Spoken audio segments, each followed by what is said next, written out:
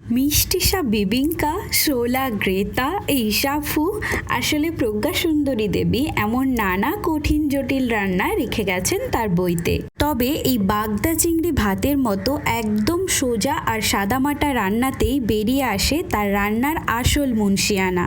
এতটাই সুস্বাদু যে আমি মালাইকারি ছেড়ে যে কোনো দিন এটা খেতে রাজি। 6 পিস মাঝারি সাইজের বাগদা চিংড়ি কেটে ধুয়ে ছাড়িয়ে আমি একটা টিফিন বক্সের মধ্যে ভরে সেটাকে ভাতের হাঁড়ির মধ্যে দিয়ে দিচ্ছি। শিলের মধ্যে 1 চামচ গোটা সর্ষে, 2টো কাঁচা লঙ্কা, কিছুটা নারকেল সবটা একসাথে ভালো করে বেটে নিচ্ছি। ভাত মোটামুটি সেদ্ধ হয়ে গেলে টিফিন বক্সটা বের করে চিংড়ির মাথা আর লেজার খোসাটা ফেলে দিয়ে চিংড়িটাকেও বেটে নেব।